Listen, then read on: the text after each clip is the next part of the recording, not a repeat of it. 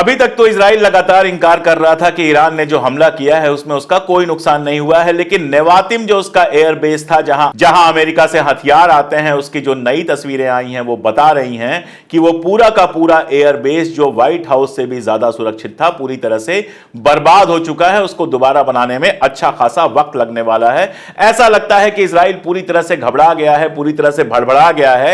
एक निर्णय जो उसने लिया है कि यूएन के जो सेक्रेटरी जनरल हैं उनको पर्सोना नॉन ग्रेटा उनको कहा है, यानी कि वो इजराइल में कदम रखेंगे तो गिरफ्तार हो जाएंगे। इसको लेके भारी नाराजगी है। इवन G7 ने यह बात कहा है कि वो पूरी तरह से यूएन के साथ है। हिजबुल्लाह ने बिल्कुल अपने इलाके में इजराइल को आने से रोक दिया है। इजराइल के काफी बड़ी संख्या में इजराइल के सैनिक मारे गए हैं और खामनेई साहब ने यह कहा है कि फ्राइडे को जो जुमे की नमाज होगी उस नमाज को वो लीड करेंगे। इसका क्या मतलब है, ये बातें कहां तक पहुंच रही हैं, ये और इसके अलावा बहुत सारे डेवलपमेंट्स को लेकर मैं हाजिर हूं। देखते रहिए पूरा वीडियो।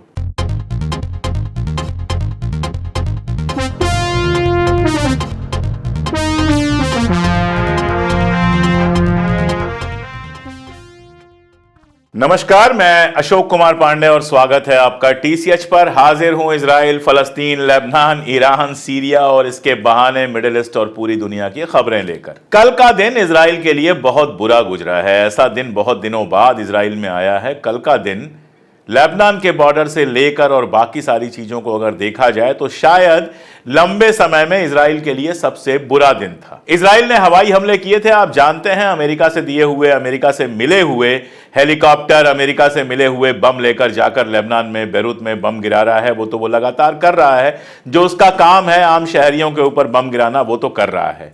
लेकिन उसकी प्लानिंग थी कि उधर से बम गिर रहा है, हिजबुल्लाह के लोग परेशान हो रहे हैं, लेबनान के लोग परेशान हैं, इसका फायदा उठाकर लेबनान की बाउंड्री में घुस जाए और कुछ एरिया कब्जा कर ले, अपने इजराइल में मिला ले।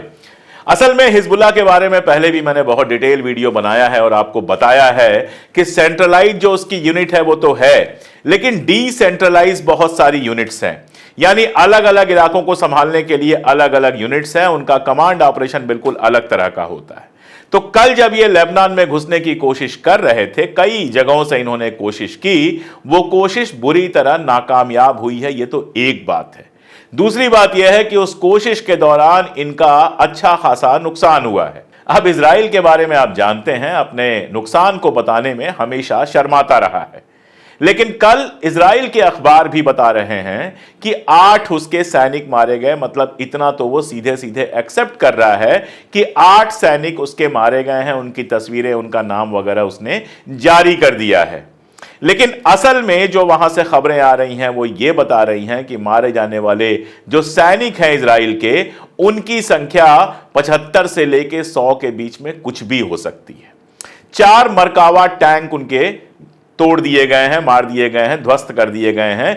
यह खबर तो बिल्कुल पक्की है। अब 4 मरकावा टैंक जो है उसमें अगर एक एक में 4-4 लोग भी बैठे हुए हों तो 16 की संख्या तो यह हो जाती है।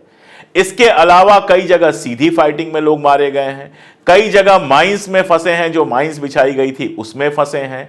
एक हेलीकॉप्टर मार के गिराया गया है। कल अल मायदीन के जो रिपोर्टर हैं उन्होंने एक वीडियो जारी किया, अपना पर्सनल वीडियो जारी किया और ये सारी डिटेल्स उन्होंने दी। यानी 2 बातें हैं। पहली बात तो ये कि अपने सारे ताकत के बावजूद, अपनी सारी कोशिश के बावजूद इजराइल लेबनान में 1 इंच भी घुस नहीं सका है। और दूसरी बात यह कि इस कोशिश में उसके काफी लोग मारे गए हैं, उसके टैंक नुकसान हुए हैं, एक हेलीकॉप्टर के मारे जाने की यानी तोड़े जाने की खबर है। यह सारा कुछ लेबनान के बॉर्डर पर चल रहा है तब जब इन्होंने नसरुल्लाह की हत्या करके यह मान लिया था कि अब तो लेबनान को हमने जीत लिया।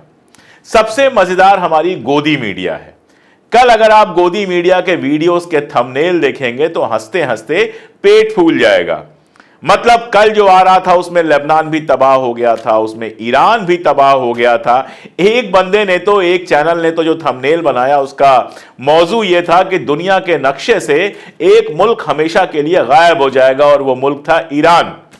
इन लोगों के समझ में नहीं आता है कि अगर केवल आर्मी कैपेबिलिटीज को देख लिया जाए तो ईरान की आर्मी कैपेबिलिटीज इजराइल से कहीं कमतर नहीं है, बल्कि ज्यादा है। 9 मिलियन पॉपुलेशन वाला देश है इजराइल और 90 मिलियन पॉपुलेशन वाला देश है ईरान। जहां तक एटॉमिक पावर की बात है, इजराइल एटॉमिक पावर है और ट्रंप खुद कह चुका है कि ईरान जिस दिन चाहेगा 8 या 9 दिन के अंदर वो आराम से एटॉमिक पावर बन जाएगा। यानी वहां पर जो वहां के सबसे बड़े धर्मगुरु हैं, वाइज हैं, धार्मिक नेता हैं, खामनेई साहब, उनका यह मानना है कि एटॉमिक जो है वो शायद इस्लामिक जो पूरी फंडामेंटल थीरी है उसके थोड़ा अलग है, उससे सहमत नहीं है, इसलिए वो रोक के रखा गया है।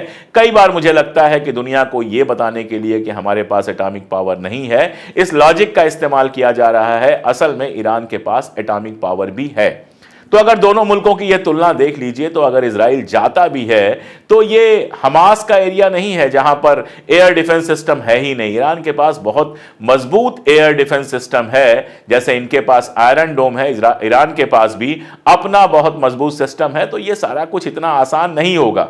कोई ये नहीं कह रहा है कि इजराइल हमला नहीं करेगा, कोई ये नहीं कह रहा है कि इजराइल हमला करेगा तो नुकसान नहीं होगा, लेकिन ईरान को दुनिया के नक्शे से मिटा देना ये सिर्फ हमारा गोदी मीडिया सोच सकता है, इसके अलावा कोई नहीं सोच सकता है। असल में हुआ यह था कि कल दोपहर से यह खबरें चलने लगी थी कि शायद इजराइल आज रात को हमला करे। अब ये लोग अपने नशे में इतने पागल हो गए थे कि इनको लगा कि बस इजराइल हमला करेगा और ईरान पूरा का पूरा खत्म हो जाएगा। तो फटाफट वीडियोस बना के इन्होंने डालना शुरू कर दिया ताकि जो भक्त जरा उदास थे इजराइल पर ईरान के हमले के बाद और हिजबुल्लाह द्वारा इजराइल के हमले को पूरी तरह से बेनकाब बर्बाद करने के बाद उनको थोड़ा सा एड्रेनल रश मिल जाए, थोड़ा जोश मिल जाए, उसके लिए सारा कुछ कर रहे थे। समझ में नहीं आता है, वार हो रहा है इजराइल, ईरान, सीरिया और बाकी सारी जगहों पर, हमारा गोदी मीडिया उसको जीतने के लिए इतना परेशान क्यों है, यह बात कभी समझ में नहीं आती। जो हिंदू हृदय सम्राट लोग बनते हैं वो इजराइल के पक्ष में इस तरह से क्यों खड़े होते हैं, यह बात समझ में नहीं आती। अगर आप देखेंगे तो इजरायली यहूदी जो हैं वो भी खतना करवाते हैं, वो भी गाय का मांस खाते हैं। आपके साथ उनकी एकता कैसे बन जाती है ये समझ में नहीं आती है। हाँ, इतना जरूर समझ में आता है कि आरएसएस और इनके लोग कभी किसी मजलूम के साथ खड़े नहीं हो सकते। जब यहूदी मजलूम थे तो जालिम हिटलर के साथ ये खड़े थे, आज फलस्तीनी मजलूम हैं तो उनके जालिम इजराइल के साथ ये खड़े हैं। मुसलमानों से नफरत उनको यहां तक ले आई है, जो जीतता हुआ इनको दिखाई देता है वही सिकंदर लगता है। लेकिन जो लोग मिडिल ईस्ट की जंगों से पहले से परिचित हैं, थोड़ा बहुत इतिहास जानते हैं, वो जानते हैं कि 2006 में हिजबुल्लाह ने कैसे इजराइल को अपने इलाके से बाहर किया था। इस बार भी बेहद मुश्किल लड़ाई है। एक तो जमीनी लड़ाई में हिजबुल्लाह ने बुरी तरह से परेशान किया और उसके बाद लगातार रॉकेट्स फेंके नॉर्दर्न इलाके में, जहां सायरन बजते रहे। और नॉर्दर्न इलाके में लोगों के लौटने की बात तो छोड़ दीजिए, जो थोड़े बहुत बचे लोग हैं वो भी वापस जा रहे हैं। अब हालत यह है कि मैं इस बारे में बिल्कुल श्योर नहीं हूं, लेकिन यह कहा जा रहा है कि अमेरिका की मीटिंग में ब्लिंकन ने कहा कि हिजबुल्लाह के पास अभी बहुत सारी मिसाइल हैं, इसलिए इजराइल को ज्यादा खुश नहीं होना चाहिए। अब जो शोर कल मचाया गया था इजराइल ईरान पर हमला करने वाला है, उसमें दो चीजों की बात हो रही थी। पहला तो यह हो रहा था कि उसकी जो ऑयल फैसिलिटी है, तेल की जो फैसिलिटीज हैं, जहां से तेल निकालकर और उसको रिफाइन करके दुनिया भर में भेजा जाता है, वहां पर हमला करने की बात थी। और दूसरी बात थी कि जो एटॉमिक रिसर्च सेंटर है उसका, जहां पर एटॉमिक सारा डेवलपमेंट हो रहा है, एटॉमिक रिएक्टर है, वहां पर हमला करने की बात थी। कल मजेदार बात यह है कि जो बाइडेन, अमेरिका के राष्ट्रपति जो बाइडेन का बयान आता है कि हम बिल्कुल इस पक्ष में नहीं हैं कि इजराइल वहां के न्यूक्लियर जो रिएक्टर है उस पर कोई हमला करे, यह बाइडेन का बयान आया। आप किसी भी जगह इसको पढ़ सकते हैं।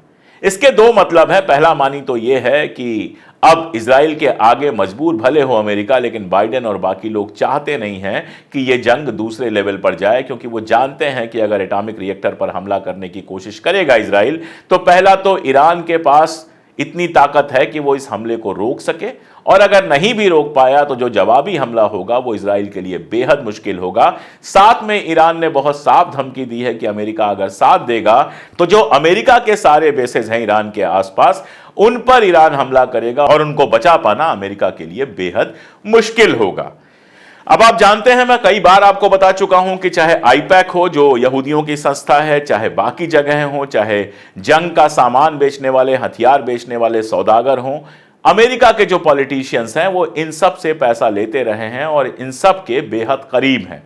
इसीलिए आप देखते हैं कि अमेरिका के कई सारे सीनियर सीनेटर्स जो हैं लगातार इजराइल के लिए आपको मगरमच्छी आंसू बहाते हुए दिखाई देते हैं। अब हालत यह है, ये जो ग्राफ आप स्क्रीन पे देख रहे हैं वो अमेरिका के फेडरल डेट का ग्राफ है, यानी अमेरिका के ऊपर कुल जो कर्जा है उस कर्जे का ग्राफ है। अमाउंट तो मैं क्या पढ़ूं, लेकिन किस स्पीड से ये बढ़ रहा है आप देखकर समझ सकते हैं कि अमेरिका में कर्जा किस तरह से बढ़ रहा है।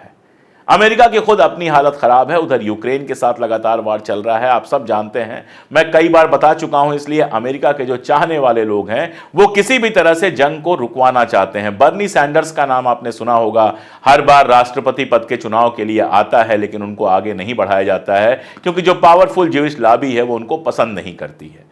बर्नी सैंडर्स ने पहली बार अमेरिका की संसद में, अमेरिका की कांग्रेस में ये एक चुनाव के लिए प्रपोजल रखा है, वोटिंग के लिए प्रपोजल रखा है कि इजराइल को हथियार भेजना बंद किया जाए। पहली बार इस तरह का प्रपोजल आया है। अब ये प्रपोजल सब जानते हैं गिरेगा, इसके खिलाफ ज्यादा वोट मिलेंगे और इजराइल को हथियार देना चालू रहेगा। लेकिन अमेरिका में एक बहस तो शुरू हो ही गई है कि जब हमारी हालत इतनी खराब है कि फ्लोरिडा और बाकी हिस्सों में हरिकेन आया है, ढेर सारी वहां की जनता जो है वो डूबी हुई है बाढ़ में और उनकी कोई सहायता नहीं कर पा रहा है अमेरिका, उनको जो मदद चाहिए वो मदद नहीं दे पा रहा है, तो फिर इजराइल को इतना सारा हथियार, इतना सारा पैसा भेजने के पीछे क्या लॉजिक है?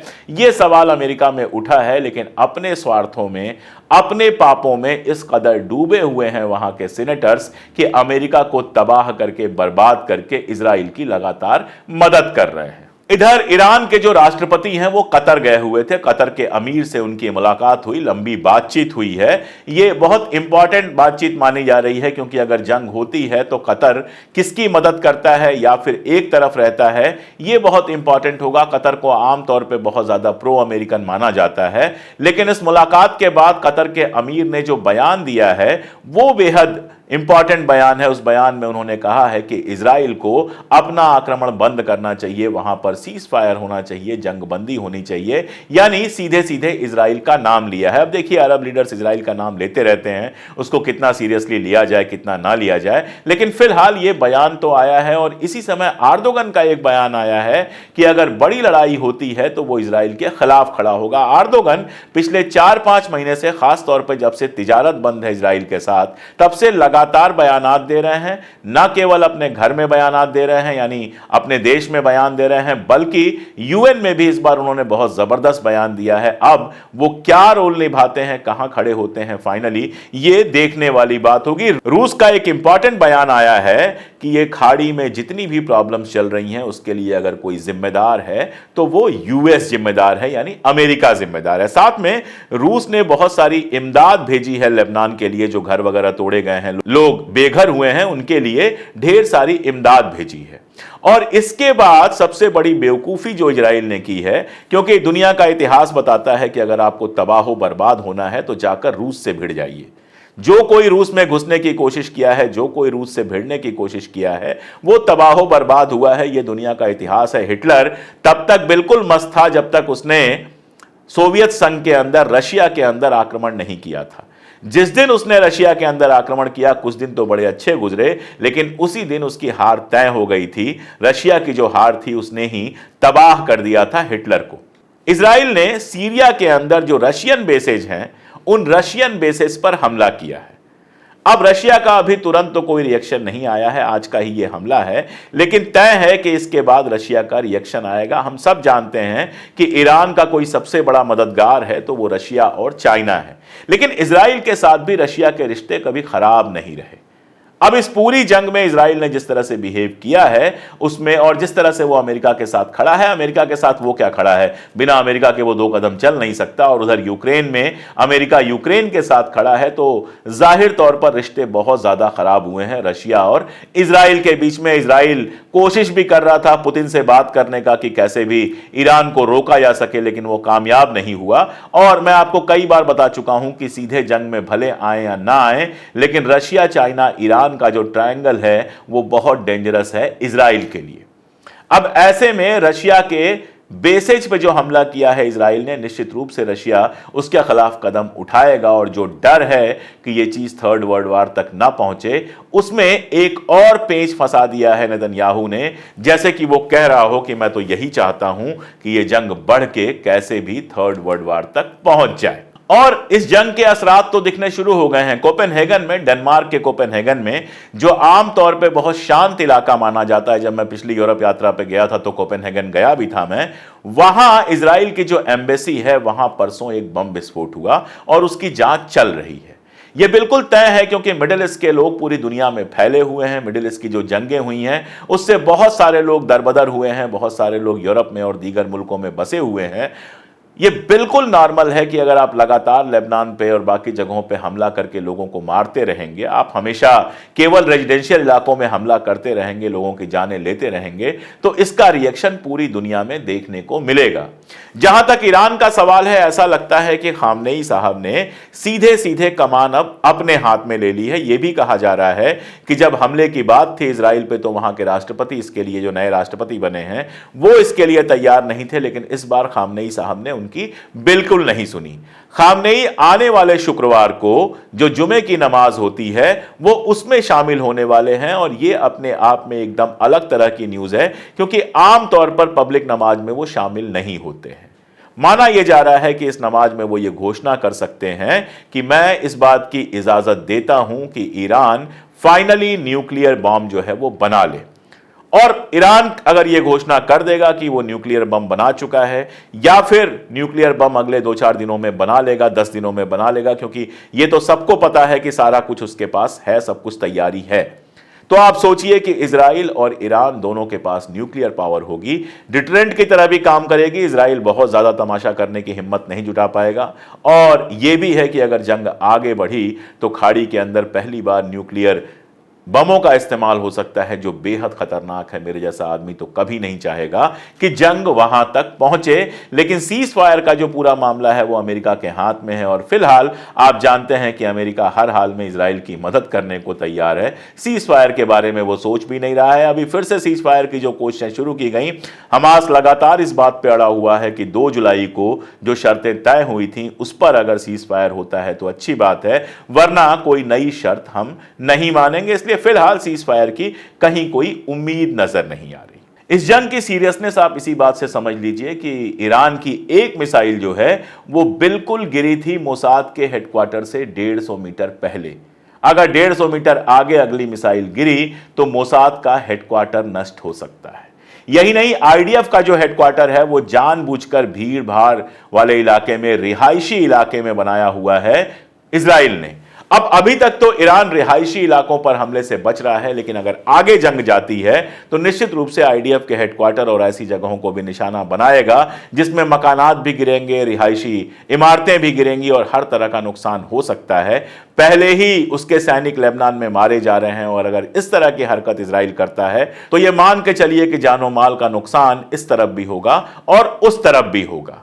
अब यह जंग रुकती है, जंग आगे जाती है, इजराइल कब हमला करता है, आगे क्या क्या होता है, जैसे जैसे होगा उन डेवलपमेंट्स पे मैं लगातार बात करता रहूंगा, अपनी एनालिसिस आप तक पहुंचाने की कोशिश करता रहूंगा।